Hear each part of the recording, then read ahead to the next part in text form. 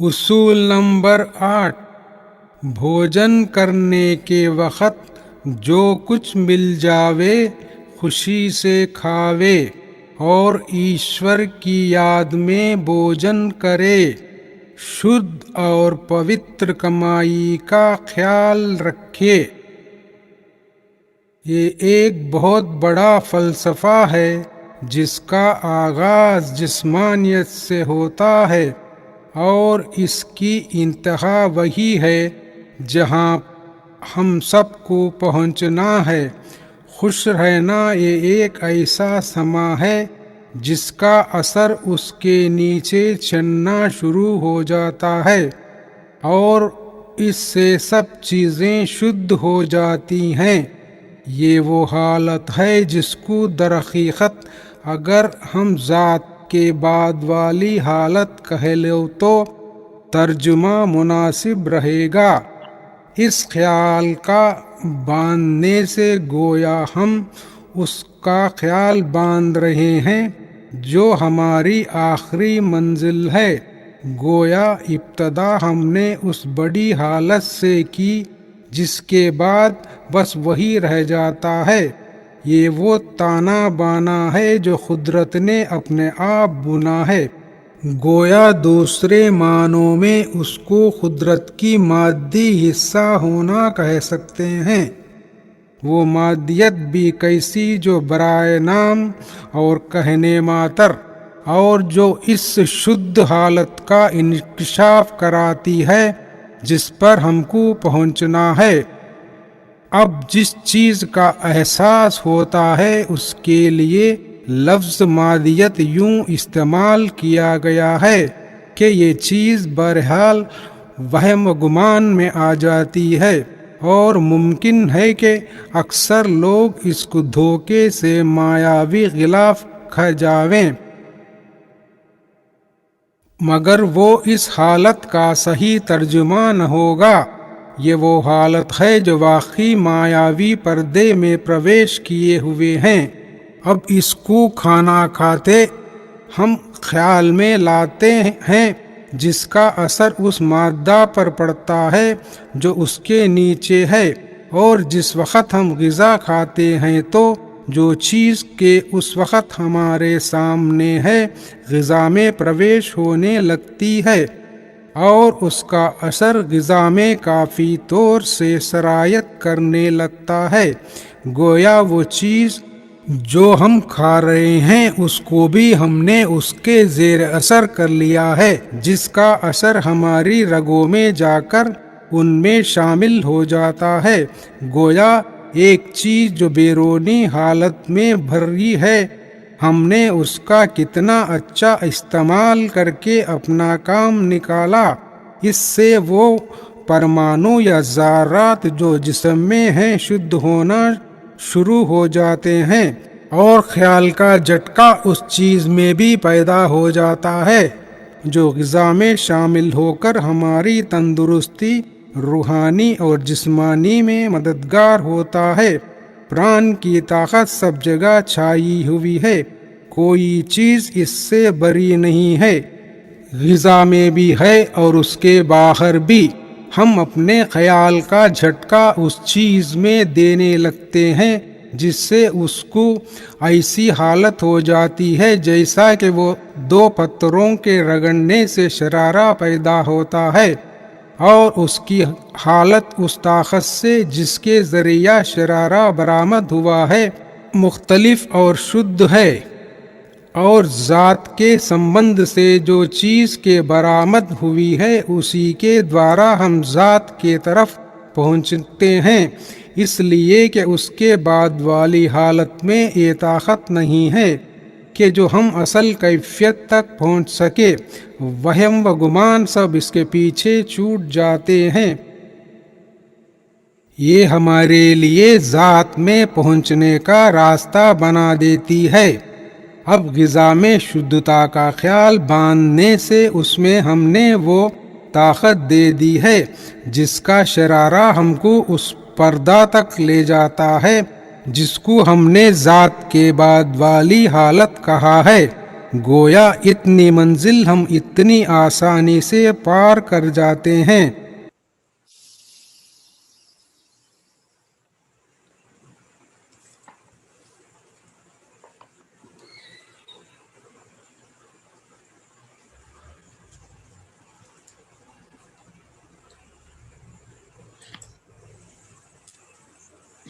We'll give ourselves a lot of time to think.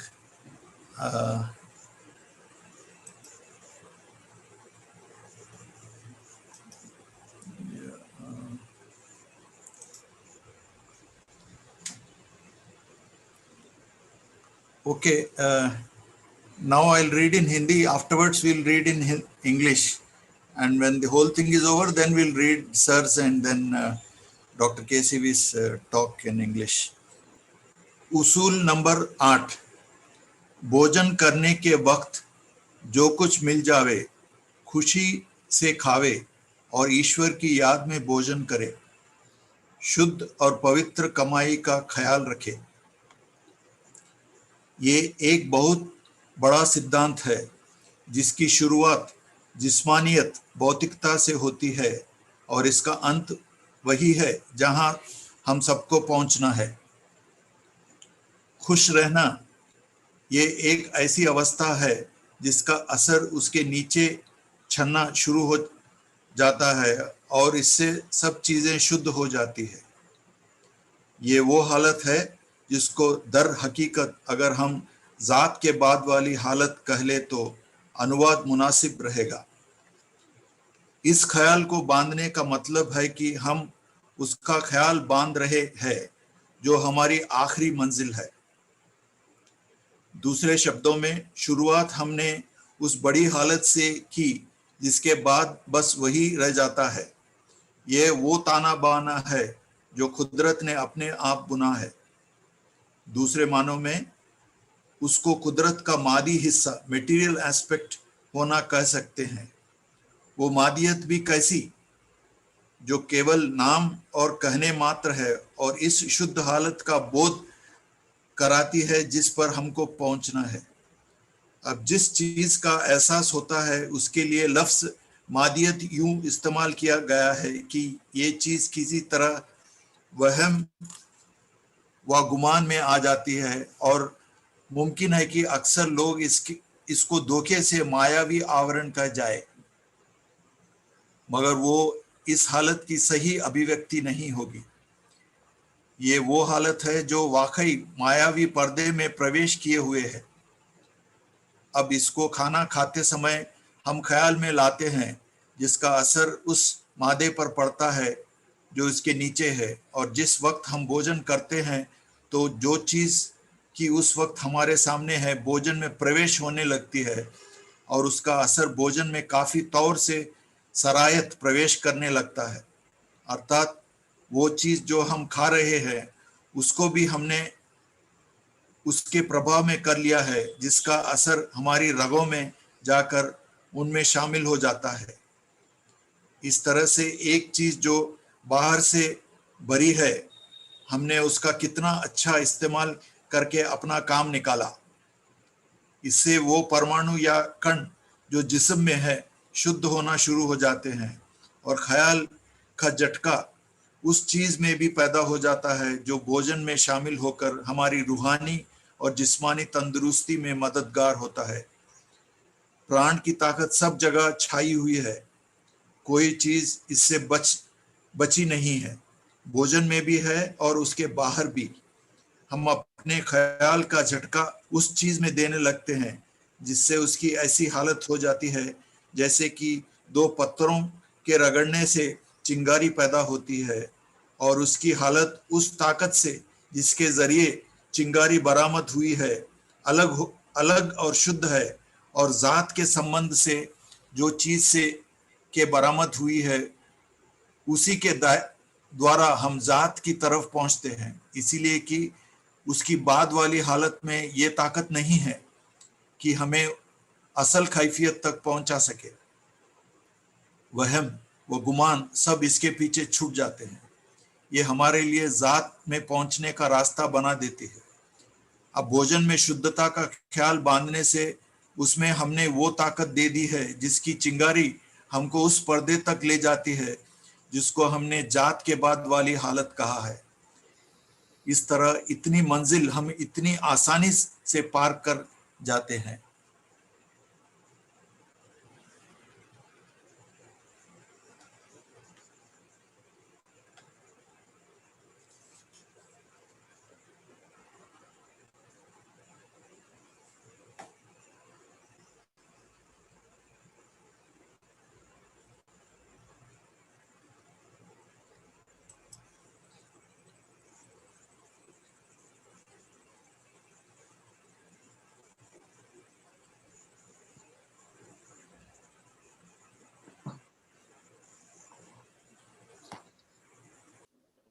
Commandment 8.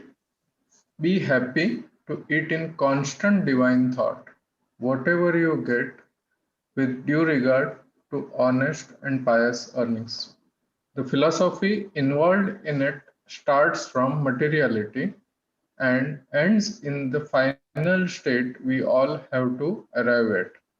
A happy disposition is a state which percolates its effect upon the lower layers and purifies them. This is a state which may aptly be taken as that next to the divine. Fixing our thought on it means taking into account that which is our final goal. In other words, we begin from the point beyond which remains but that alone. This is the warp and woof which has been interwoven by nature herself. We may call it as a material aspect of nature, though materiality be only for name's sake, which reveals the nature of the real being. The word materiality is used for it only because, after all, it comes into the human conception. Possibly, man may misunderstand it as the wheel of Maya, but that would not be correct. This is in fact the state which pervades the entire sphere of Maya. Now, we fix it up in our thought at the time of taking our food, so the effect filters down on the substance which is there. When we eat it, the effect taken in by it enters our body and begins to spread all through our veins and arteries. In other words, we have utilized to our best purpose the thing which we take in from outside. The particles and atoms of the body begin to get purified. The impulse of thought created thereby combines with the food and helps to promote our physical and spiritual health. The power of prana being all pervasive, nothing is free from its influence. It is inside the food as well as outside it. We apply the push of our thought to it, which brings it to a state similar to that which causes spark by friction, though it is somewhat different and purer. That which springs up by our contact with reality leads us towards supreme, the power below it not being capable of the job. Human imagination has no access to it. This paves our way to the infinite. Thus, so much distance is covered so very easily.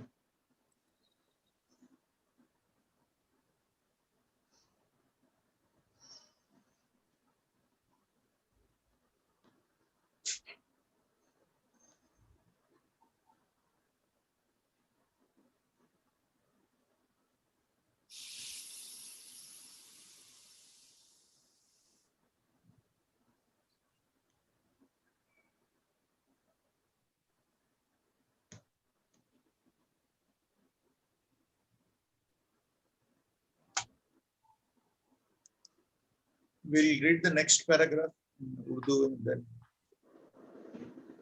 unless anybody has wants to pass any comments or any contribute anything to the discussion to increase our understanding about the whole thing. Sir, Otherwise, we'll go ahead. when we read these lines, somehow, at least to my mind, the state of happiness is the state of contentment. We feel contented with whatever we have. Contentment is different and happiness is different. No, happiness is a more joyous feeling actually. Contentment is like, suppose I have a headache, but headache is a little discomfort is there. But then keeping the fifth commandment, I will take the stance that why this headache has come, it must be for my good only. So I'll be contented with allowing it to stay as long as the master wishes to stay. So that could be a stance where you can say that you are contented with whatever situation you are in. Whereas happiness is a positive feeling where you feel a kind of a joy, and you see all the saints have when they describe their experience when their mind touches God is ecstasy and joy and happiness actually. So there are two different things. So I think it's two different things. Happiness is a kind of a joy when you feel you're in touch with some splendorous and wonderful and joyous thing, actually. Okay.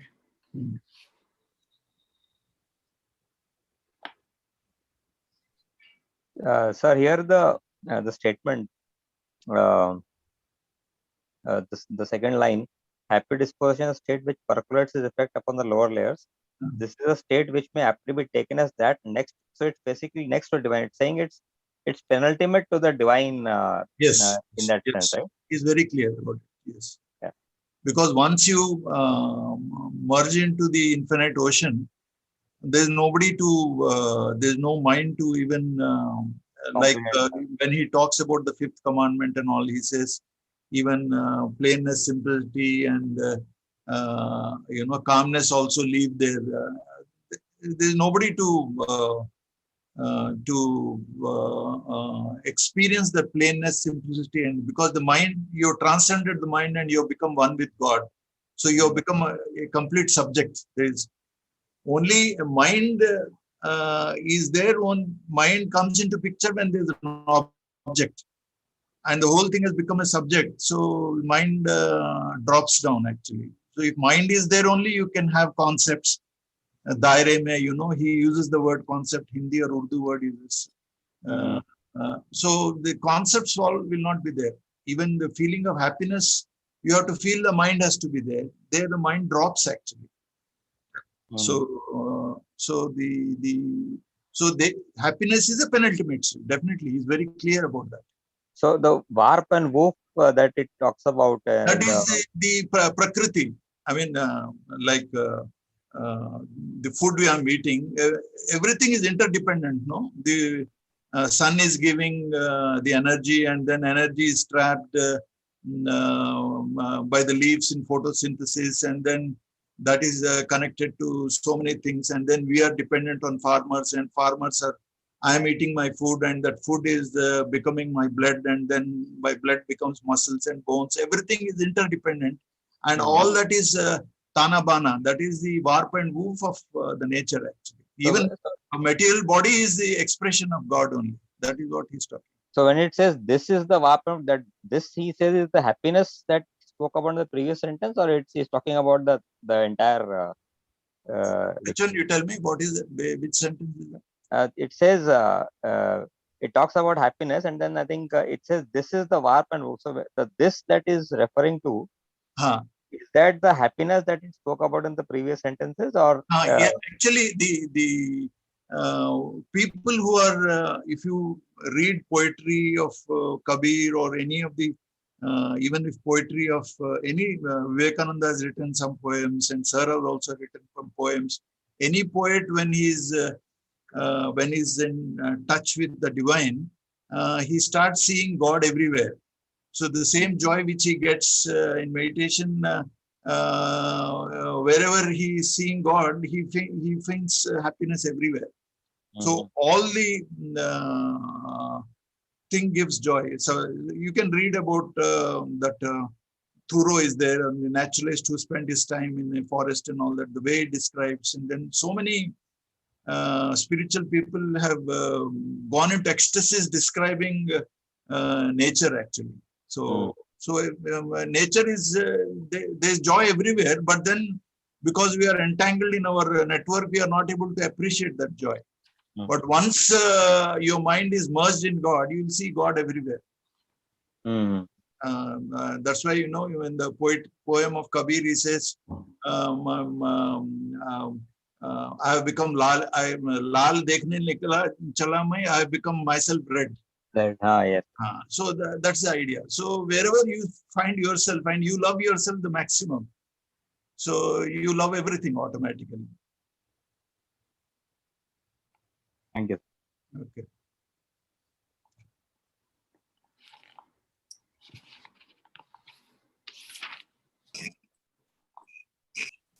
Sir, there is one sentence here. Possibly men may understand it as wheel of Maya, but that would not be correct, he says. What does Maya in this respect mean? The material food which we take? This is actually this is a philosophical issue. Okay. Maya has been wrongly interpreted by Advaitins as this world is an illusion. But it is not so. The actual idea is your belief that this world will give you happiness. That idea is Maya actually. Okay. So, but Babuji says this is a material manifestation of God itself. It should not be interpreted like that. He says. It is the power of God only. It's a very difficult concept unless you read Swami Vivekananda's book on Jnana Yoga, where he discusses in extreme detail about Maya, or you read about Shankaracharya's Viveka Chudamani. You know, it is neither existent, neither non-existence. It is beyond both. You can't say it is existing, you can't say it is non-existing. It is, but you know what it is. I mean, you can say contradictions in, but it has been wrongly been told by, wrongly been interpreted by general public that world is an illusion, so don't care about it, you know. The same thing happened with Buddhism also. They said Shunya, that means the world is not there. So morals, moral degradation happened after that wrong interpretation came into being actually. Right, sir. So you meditate, you'll understand it very clearly. He is not saying that it is the power of God only, and material manifestation is a manifestation of God only. Sure, sure. Thank you, sir. Thank you.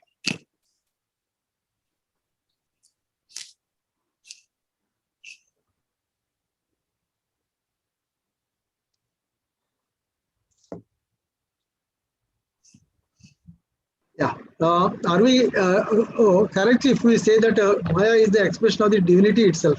And Maya is also a divine manifestation. That's what he's telling. Yeah. Babuji is telling the same thing. Yeah.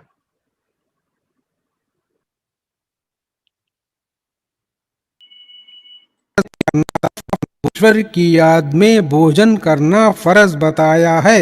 हमारे सब काम ऐसे होना चाहिए जिससे हमें अपने मकसद बरारी में मदद मिले। अब चूंकि ग़िज़ा खाते वक़्त हम सबसे आखिरी चीज़ जिस पर हमको पहुंचना है ख्याल बांधते हैं, इसलिए कि हम उसका भी असर कुछ न कुछ साथ साथ ले लेवें और शुद्धता में एक गुना और इजाफा हो जाए, ताकि उसका असर भी दुगनी ताकत के साथ उस पर गिरे और उसकी ताकत ज़्यादा हो जाए। हमारा आगाज़ पवित्रता से है वो शुद्ध धाराएं जो हमारे ज़हूर का बाहिश हुई हैं, शुद्ध ही मस्किन से निकली हैं, और उन्हीं की वजह से हमको शुद्धता का ख्याल पैदा होता रहता है। वो धाराएं जो हर जगह मौजूद हैं, शुद्ध ही हालत में हैं। ऐसा कभी नहीं हुआ कि उन धाराओं में अशुद्धता पैदा हुई हो, यहाँ तक कि ज़माना भी उन पर असर न डाल सका, क्योंकि वो धाराएं एक ताकतवर चीज से बरामद हुई हैं। पवित्रता उसमें कुल्यतन दौड़ी हुई है। वो जात का बन्नाटा जो आगाज आलम का बाहस हुआ है, उसके फेल ही के असरात में जो धाराओं की शक्ल में नुमायां हैं और सब पवित्र हैं, और उनसे जो चीज बनी है इब्तदाई हालत में वो भी शुद्ध थी, मगर इन बनी हुई चीजों पर जमाने के असरात ने उनको खालिस हालत में नहीं रखा, और ये दरअसल हमारी करिश्माता, जैसा कि उसूल नंबर 4 में बयान हो चुका है।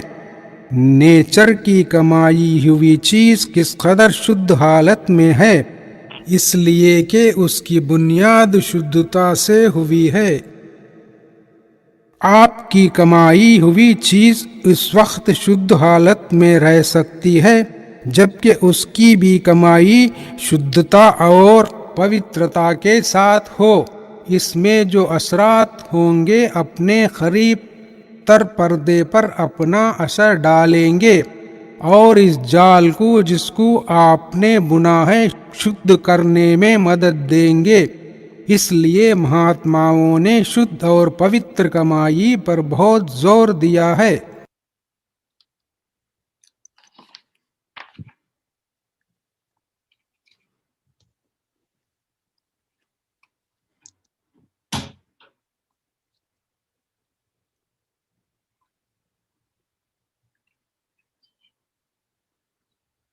I'll read in Hindi.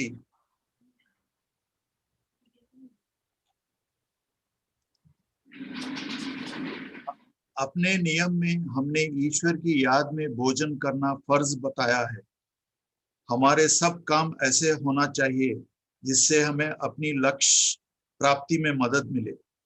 भोजन करते वक्त हम सबसे आखिरी चीज जिस पर हमको पहुंचना है उसका ख्याल बांधते हैं, इसीलिए कि हम उसका भी असर कुछ न कुछ साथ साथ ले लें और शुद्धता में एक गुना और बढ़ावा हो जाए, ताकि उसका असर भी दुगनी ताकत के साथ उस पर गिरे और उसकी ताकत ज्यादा हो जाए। हमारी शुरुआत पवित्रता से हुई है। वो शुद्ध धाराएं जो हमारे ज़ुहूर का कारण बनी है, शुद्ध ही स्रोत से निकलती है, और उन्हीं की वजह से हमको शुद्धता का ख्याल पैदा होता रहता है। वो धाराएं जो हर जगह मौजूद हैं, शुद्ध ही हालत में है। ऐसा कभी नहीं हुआ कि उन धाराओं में अशुद्धता पैदा हुई हो, यहाँ तक कि जमाना भी उन पर असर न डाल सका, क्योंकि वो धाराएं एक ताकतवर चीज से बरामद हुई है। पवित्रता इसमें कुल्यतन दौड़ी हुई है।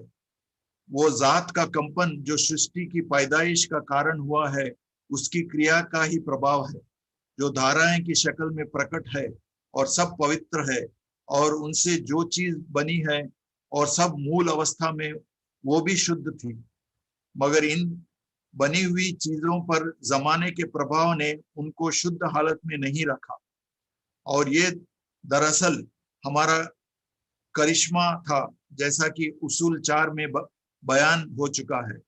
नेचर की कमाई हुई चीज किस कदर शुद्ध हालत में है, इसीलिए कि उसकी बुनियादी शुद्धता से हुई है। आपकी कमाई हुई चीज उस वक्त शुद्ध हालत में रह सकती है जबकि उसकी भी कमाई शुद्धता और पवित्रता के साथ हो।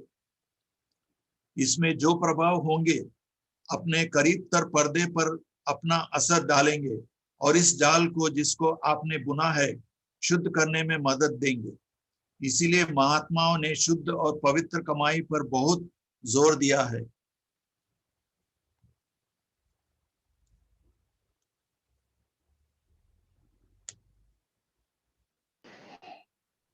शुद्धता और पवित्रता में क्या अंतर है sir?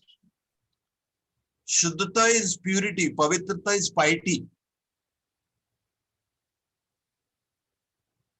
Piety is it's a divine, it's connected with divinity and pious feeling. You when you have piety in you, you will be wishing well for everybody. There will be no boundary which say like that. It's connected with divinity and pious.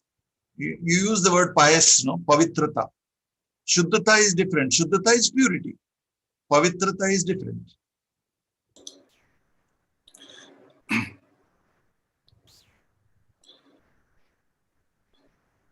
Actually, sir once told me that piety is that accepting whatever you're getting as a divine prasad. That feeling is the piousness. Yeah. Anything connected with God, I think. Yeah. It assumes a pious flavor actually. Yes, divine prasad. This is what I meant. This is what I deserve, and this is what I got. Yeah. Is a pious feeling. So we commonly use the term, you know, this person is a pious person. He goes to the temple regularly. He prays to God regularly. He's a pious person. We keep using this term quite often. Sir, I think in one of the talks, Pujya sir defined piety as a veneration to the highest, the veneration to divine kind of thing. I think that is one of the definition in one of the talks. It is there, I guess. What is the dictionary? What is the dictionary about piety? I don't know, but I remember Sir's definition, which is what Ravi mentioned, filial reverence to God. So it is connected to devotion. That's what. Can anybody look into any dictionary and what is the definition about? Yeah. I'll check.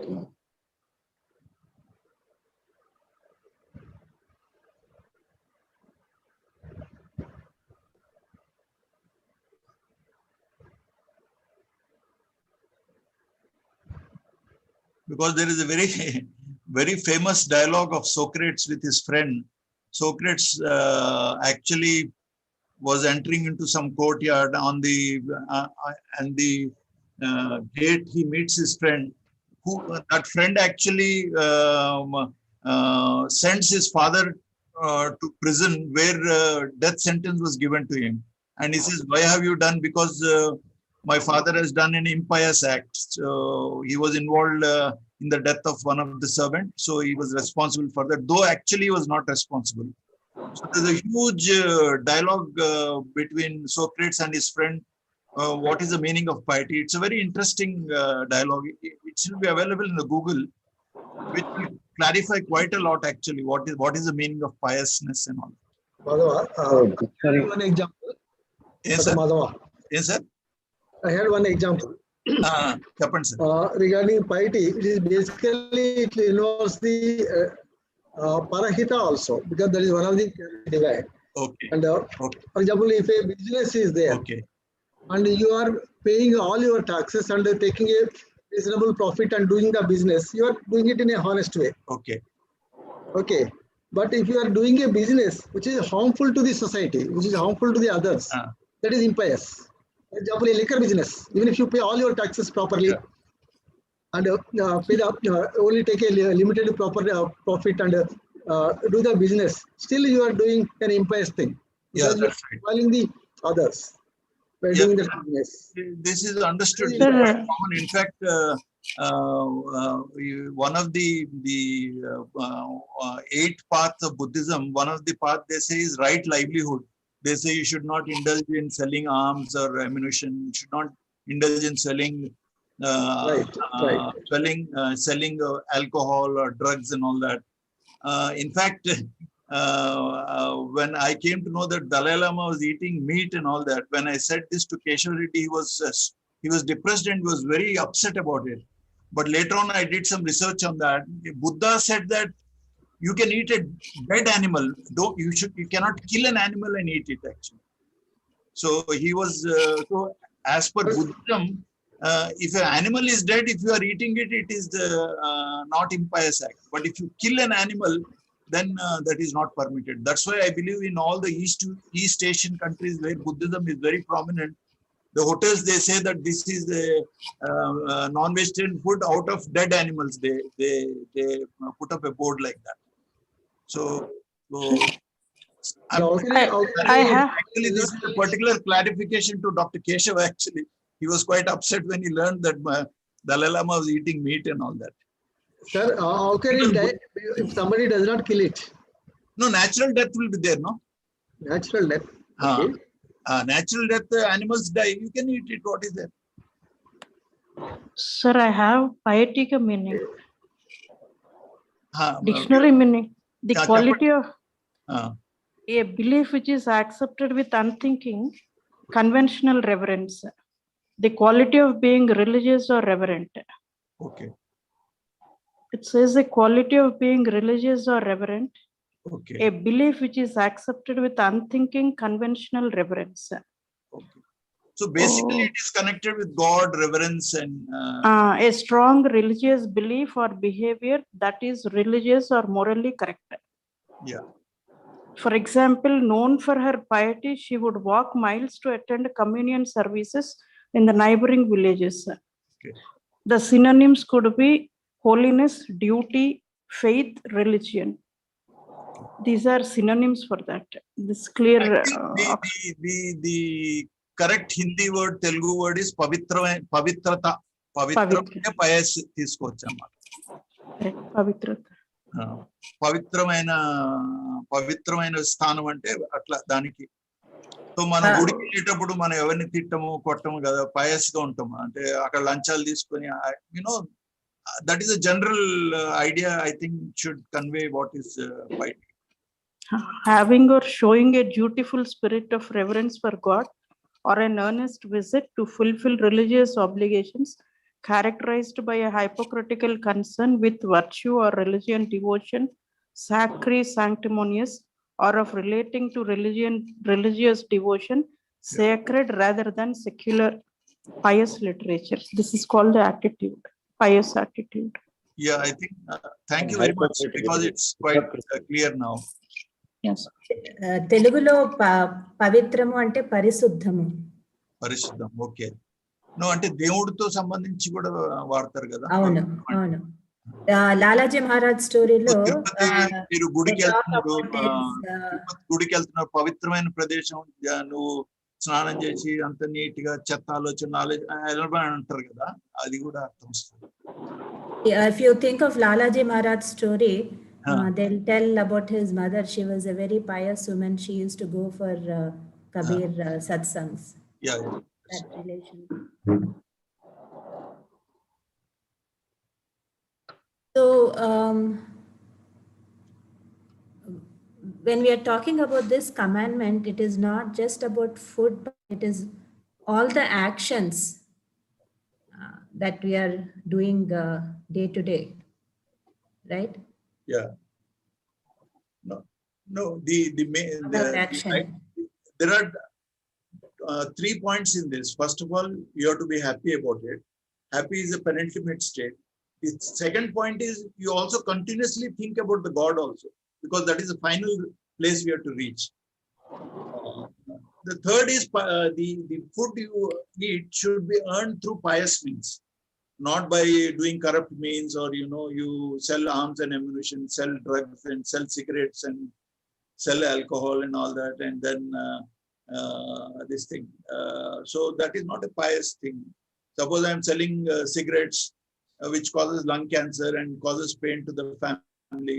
So that's not a pious way of earning money. Or if you're selling alcohol and all that, in that sense, we're selling heroin or drugs or whatever it is, or you run a club where drinking is allowed, and then all that things are that not a pious earning.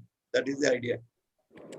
The first part of pious earnings when you have a good thought or your goal is clear, that part is easier.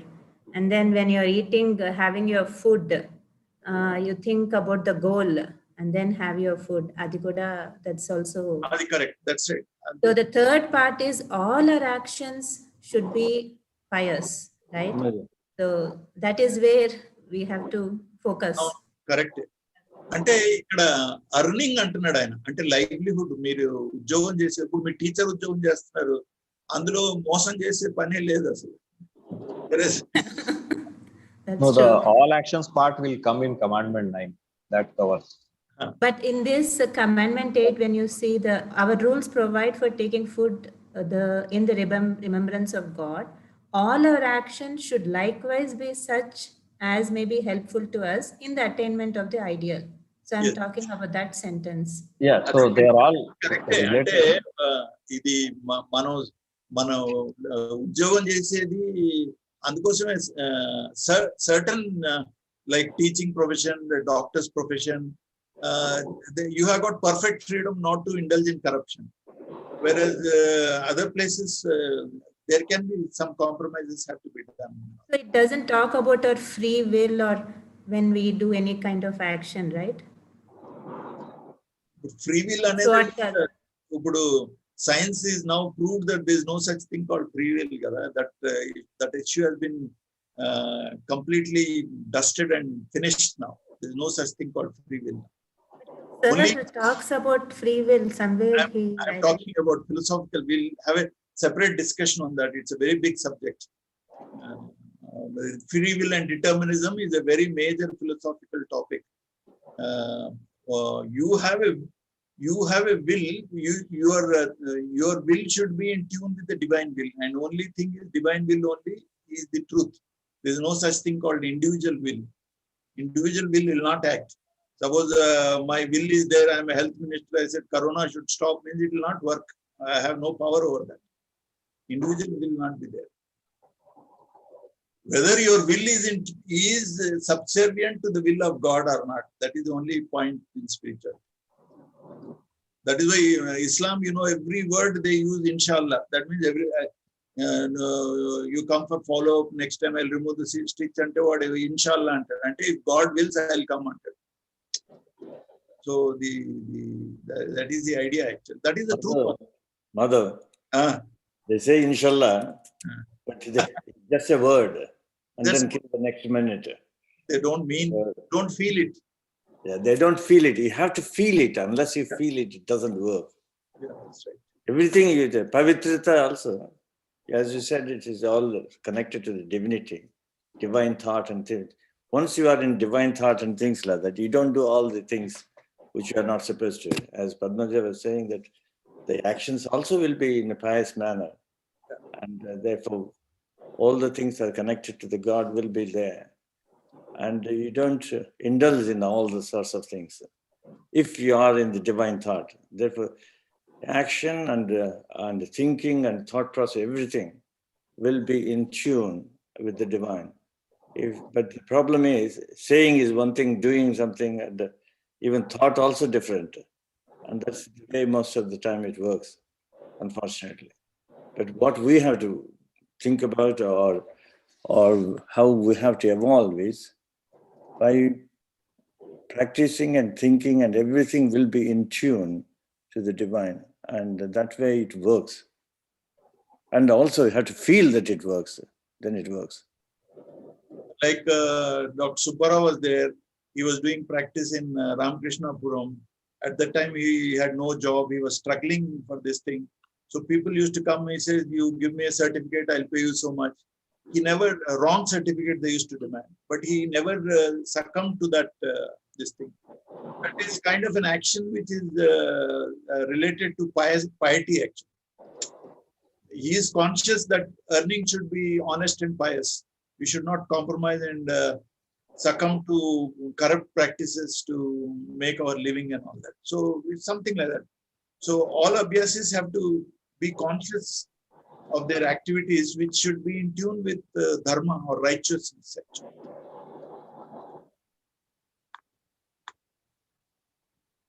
I think we'll go at the English one now. Yeah, I'll start. Our rules provide for taking food in the remembrance of God. All our actions should likewise be such as may be helpful to us in the attainment of the ideal. While taking food, we fix our thought upon the ultimate which we have finally to attain, in order to take in its effect too and increase our purity all more. We have originated from purity. The pure streams, which were the cause of our coming into being, had also originated from the purest source. And for that reason, the thought of purity persisted in us all through. Never can any impurity enter into them, not even the ravages of time could affect them in any way. Now, because these currents had come from a very powerful source, they were permeated with absolute purity. These currents are really the result of the action of the original star which had caused the creation and which were perfectly pure. Whatever came into existence through their medium was also perfectly pure in its original state. But the influence of time stained their purity, and this was the result of our own actions and doing, as explained under Commandment 4. The thing got from nature is very pure because its basis is purity. The thing earned by men can also remain in a pure state when that is got through pure and pious means. The influence thereof will affect the nearest layers and help to purify this human web. This is the reason why sages have laid so much stress upon honest and pious earnings.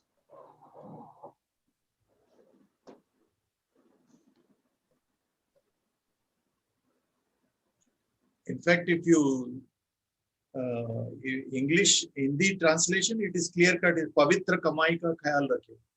Pavitra is the Pavitra. All of us have a sense what it is. Absolute purity क्या है? Absolute purity. Absolute purity is probably means from the Kshobh only, from where the whole creation has come. There, absolute purity was there. And as it started moving away from that center, it started gathering grossness, and then the purity became less and less. And as the network increased, the purity became much less in density, actually. So when we think about going back to the base, since it is a pure in nature, we have to try to live in such a way that we imitate that purity, so that we'll be, by thinking about it and by feeling happy about it and earning money, which is in pious ways. If we earn money, we are trying to move towards the purity, because that is why we do cleaning. That is why we take the help of trainers to clean our mind, so that all the wrong notions and then constricting ideas and then thoughts or prejudices are cleaned off, so that purity starts prevailing in your mind. Only when your mind becomes very pure, then only God will be reflected in it. Then only that is a mystical experience you will have. Without the mind being pure, you can never know God. By reading and thinking, you can never feel what is spiritual life. Mother, Sri KCN once was telling it, I think he must have given a talk also. Suddha Nirmala. Suddha is only to the God, because pure, there's nothing there, because nothing to clean. Nirmala, and removing the mala, this only happens to the human beings and others, because we have to clear all the mala, or the impurities. Therefore, we go on, we can't become Siddha completely. And Siddha is only the God. Just trying to explain in a simple manner. Okay. I think it's Amala and Nirmala, sir. You're absolutely right. Mala, that's right. Amala, yeah. Yeah, it could be, but the way he gave is, that's right, but probably Amala, I don't know. No, there's no word as Amala. Mala, he never should come with the God. That's what he was trying to say. So we'll go to Sir's commentary now. Somebody can read. Happiness, commandment number 8. The 8th commandment directs us to be happy, to eat in constant divine thoughts, whatever you get, with due regard to honest and pious earnings. Be happy. When we have come to the position of living as per the earlier commandments that enjoined us to be not revengeful for the wrongs done by others, to know that everything that happens to us is happening because of our actions, karma, knowing that everyone is our brother or sister, having fixed our goal as the ultimate, and are confident of reaching our homeland with the Master's help that we already got, now we can live happily with what we get. Be happy to eat in constant divine thought whatever you get. We should understand why he said whatever you get. Coming to the ashram and then complaining about the taste and quantity of food items is not proper attitude. Say puris are not given, curd rice is not given, is not proper attitude. That is not sadhana. To understand that whatever is given in pious thought, and the man who gives us is our own brother, is a proper grasp of this system. We have to eat whatever is given as a gift from the divine. Eating is for sustenance. We eat so that we may live. Why should we live? Sorry. That is the will of God.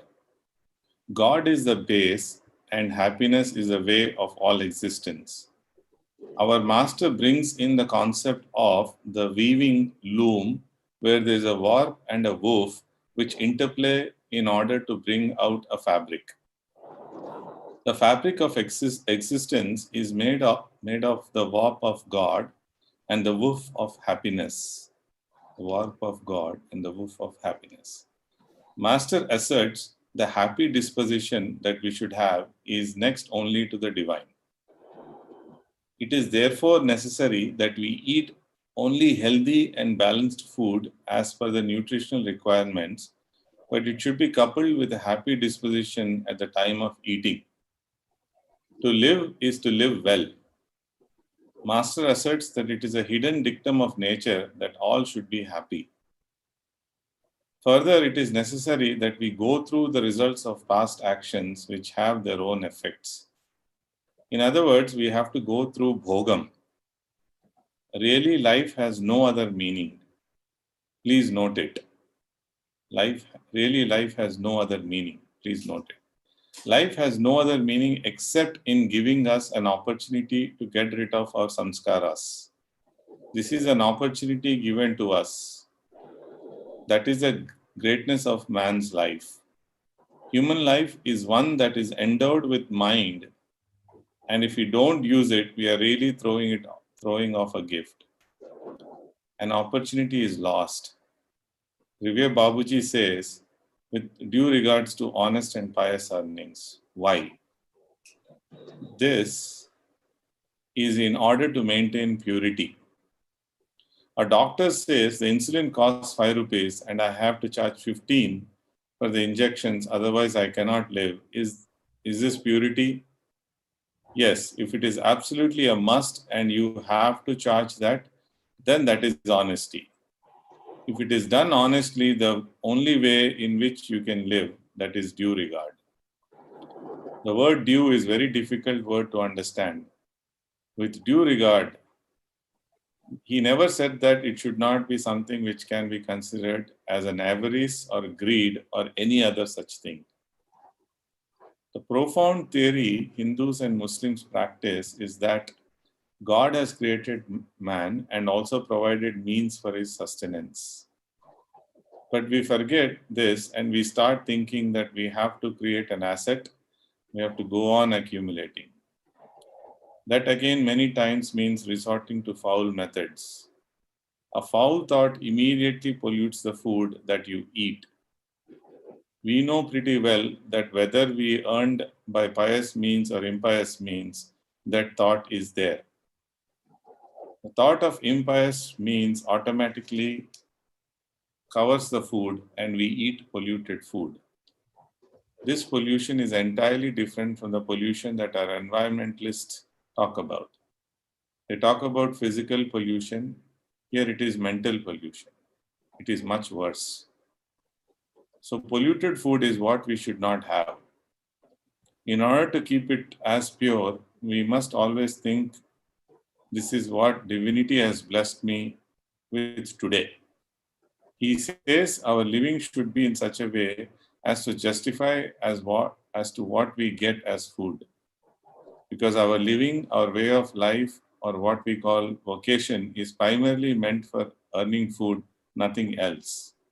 Not for expressing our ego, not for self-expression, self-esteem, concepts of motivation.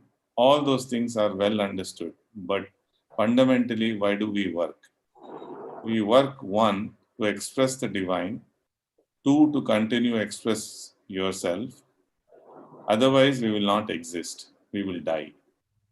We have no right for suicide. Nobody has got that right. Nobody has got a right to kill himself because divinity has thought it fit to express itself through us, and it shall be divinity alone which fixes the time when we should get back.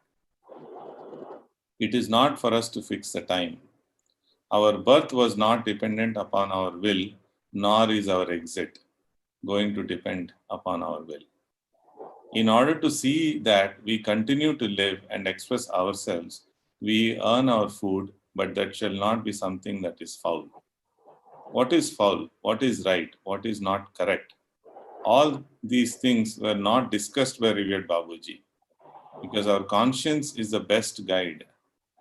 It tells us whether we earned our food honestly or dishonestly. Nobody need tell us when we earn dishonestly that we have earned dishonest food. Our conscience knows, and we automatically know that there is something wrong.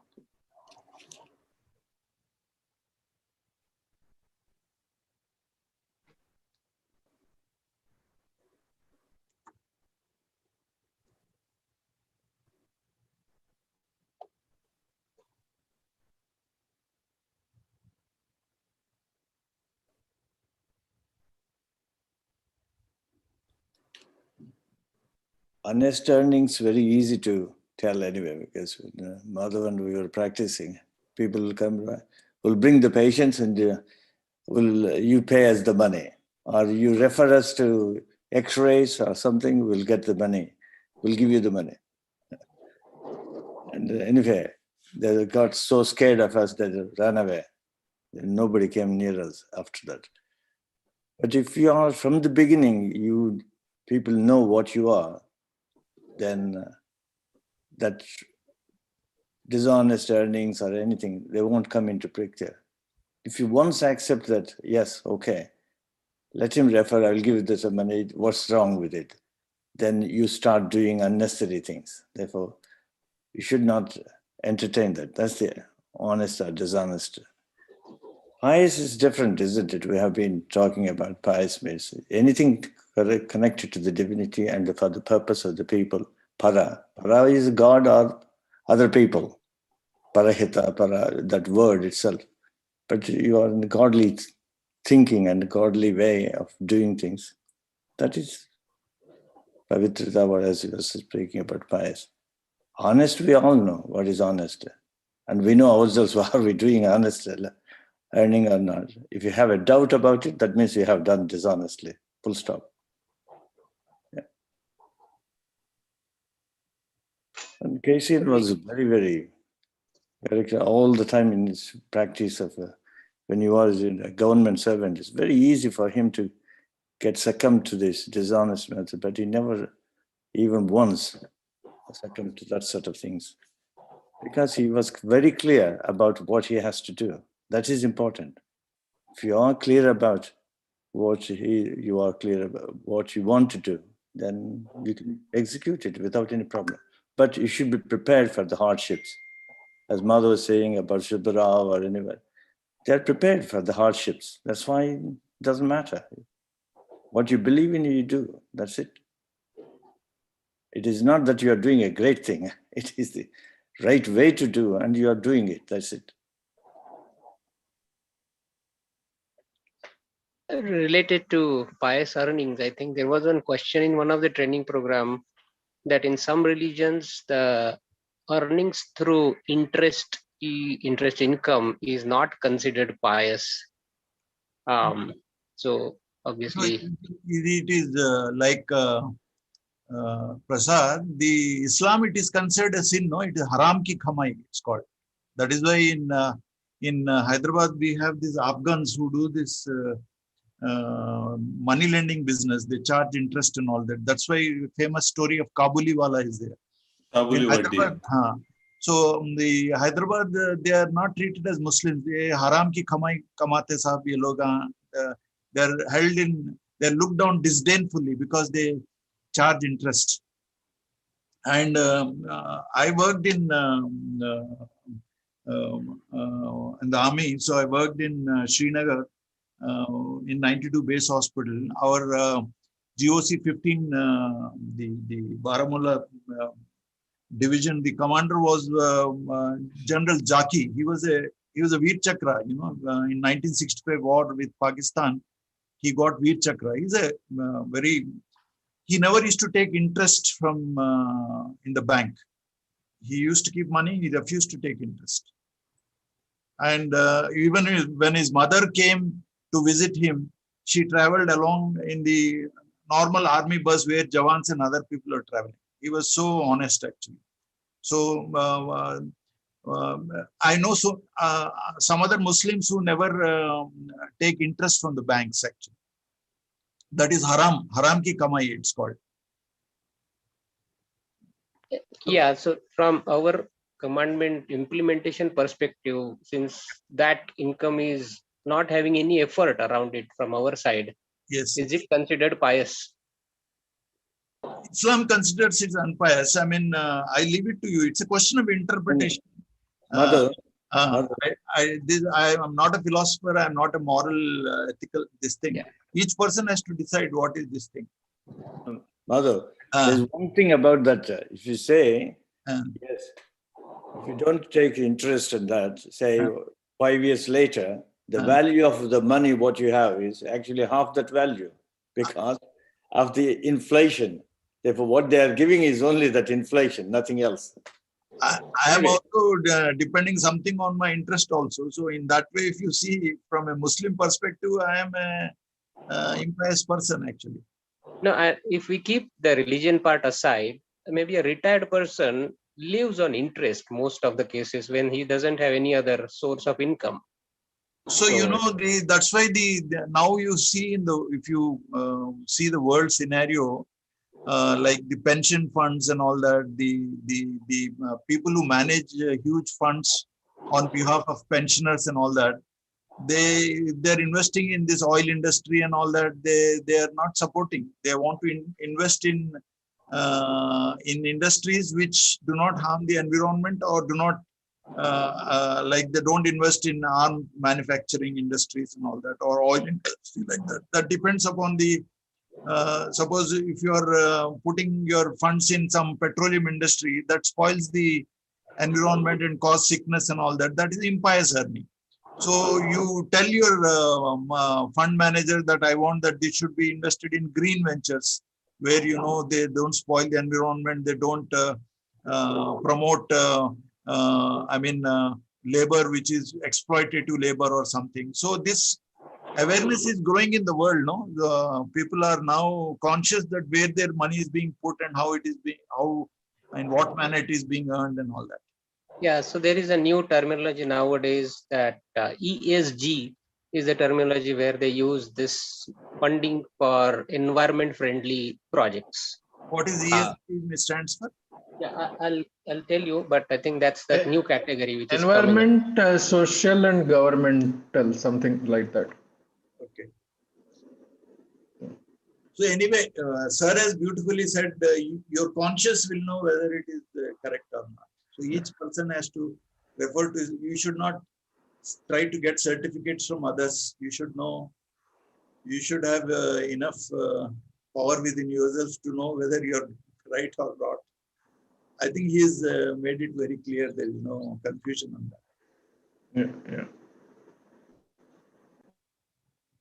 So I want to just add, since we had the discussion on purity and piety, right?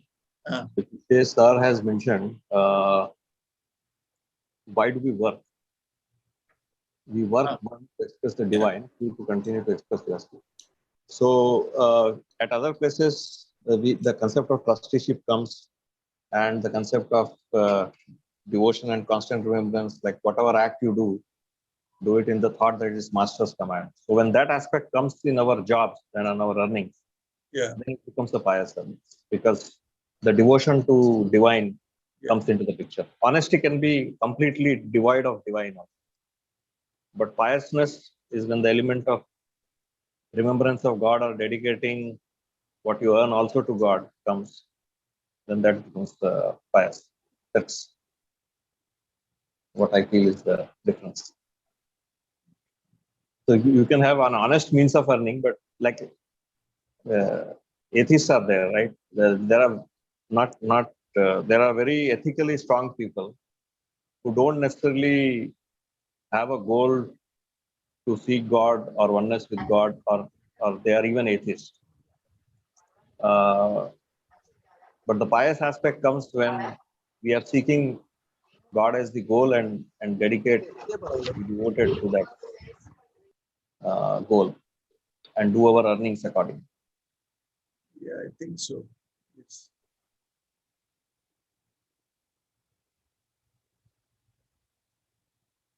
We'll now go to the talk by Dr. KCV.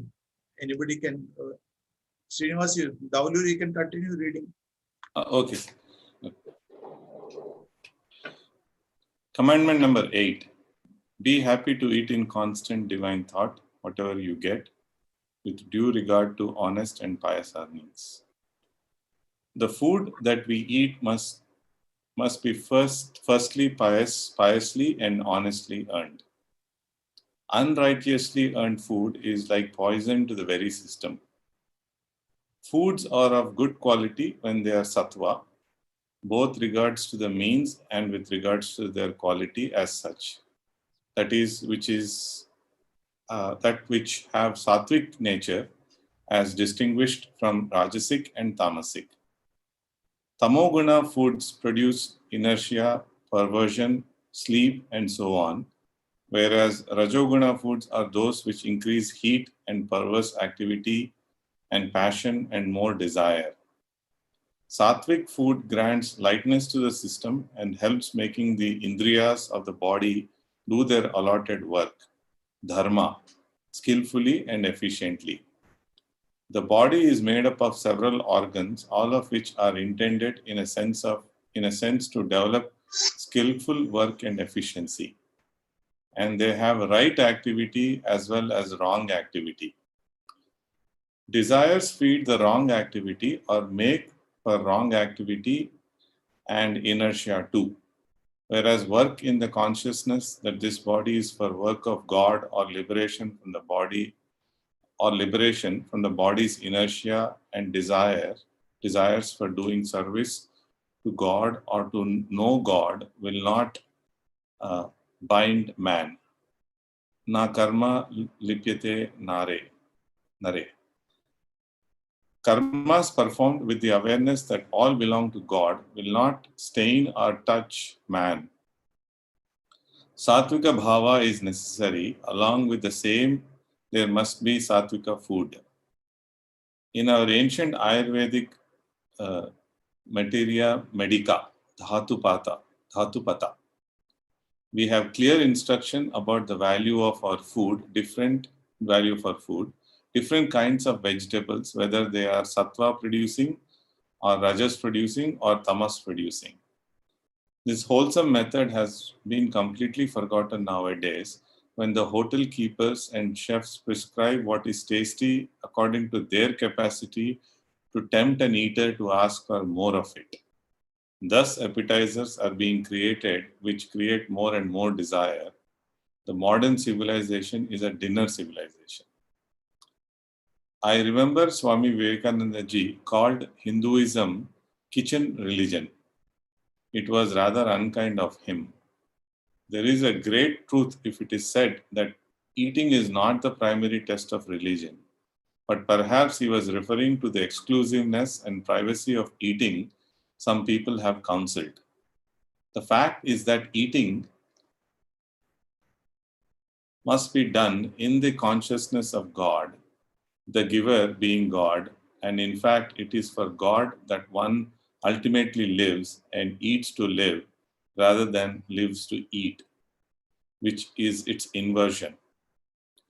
We all know that there is some truth in saying that if any man casts his eyes on another when eating and says that he is good eater or that child is eating nicely, that man or child begins to develop nausea for food. There is an evil eye in this. We also know that the modern dinner system, while it may promote certain classes of person, is unsuitable to spiritual purposes. The have-nots of food do envy the haves of food, and we are having today the food crisis in a psychological sense, insofar as all are demanding more and more food and of all sorts and kinds, for all irrespective of real needs. Indeed, the unscientific goal about the health leading to feeding and fattening of man, thanks to what is called the calorie need per capita, is one of the worst phenomena that we have. It does not mean that men are becoming healthier or better capable of work.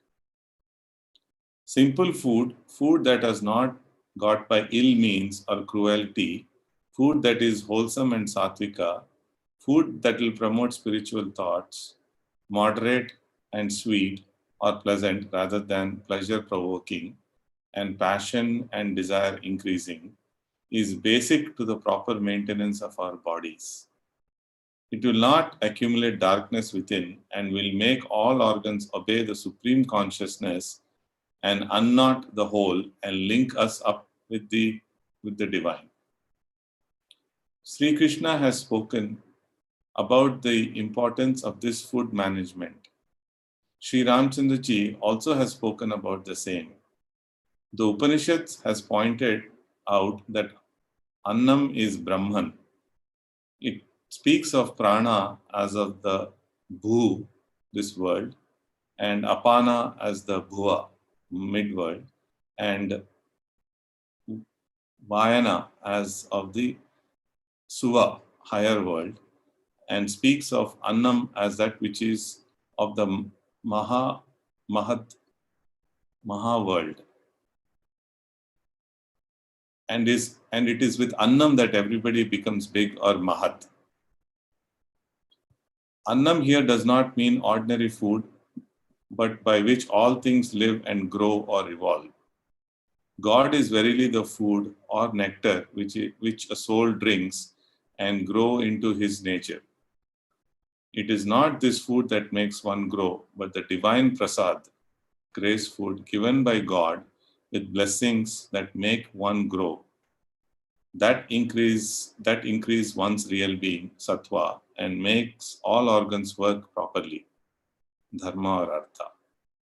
The Veda rightly insists that very earnest seeker after divine life must therefore sprinkle his food with the mantra, by Rata do I sprinkle my Satya, existence or being, and by Satya do I sprinkle my Dharma, satyanta ritena parischami.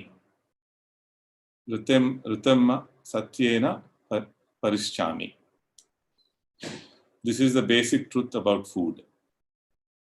It follows without saying that questions regarding the eating of animal food, etc., are to be discovered by each individual as not conducive to the spiritual development, though they may be compromise formula for those who follow the paths other than spirituality. The subtler and spiritual the food that one eats, the more perfect becomes his capacity to respond to the divine force that is always flowing into one. Indeed, in a sense, it is that which gives such power to spiritual men. It may be perfectly possible that some may claim the spiritual force to be capable of changing the bad food into excellent material or transform blood and wine into spiritual food. The Viramarga tantrics have held that the panchakarma or panchamakra could be utilized and sublimated into spiritual forces. Mada, Matsya and Mamsa are said to be necessities on the sadhana. Such a view, however, tempts the worst possible developments and should not be undertaken. We are seeking the ultimate. The ultimate discards all desires, and anything that produces desires or intensifies them must be said to be nishiddha or prohibited. Thus, constant divine thought is necessary, and one must perceive all that one gets or earns as given by God. The Ishopas Upanishad puts it, Tena taktena bunjitaha, renouncing that anything is yours, that is, thinking that everything has come from God as prasada, one should enjoy, be happy, that which is given. Yadracha labha santushti. This will make all organs of God, oneself the body of God, and no activities will go perverse or bind one. Desirelessness will be improved, and one begins to get the glimpse of the ultimate in oneself.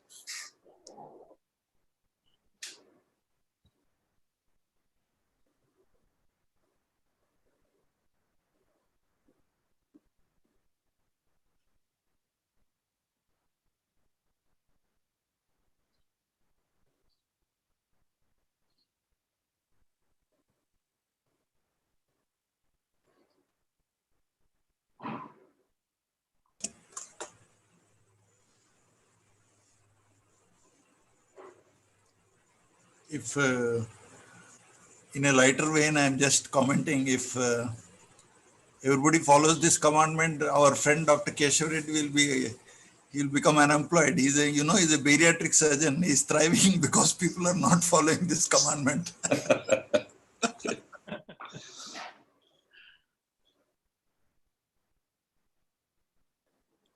And there is one small point we also share in training programs, like eating food in thought is what is taught. And also while preparing the food, if we maintain the thought, that food also helps people. Yeah, that point is actually given in Efficacy of Raj Yoga by Babuji Maharaj. The food, if it is cooked in divine thought, will give excellent results.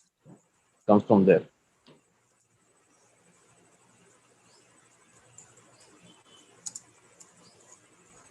If there are no questions about this 8th commandment, then I think we'll conclude today.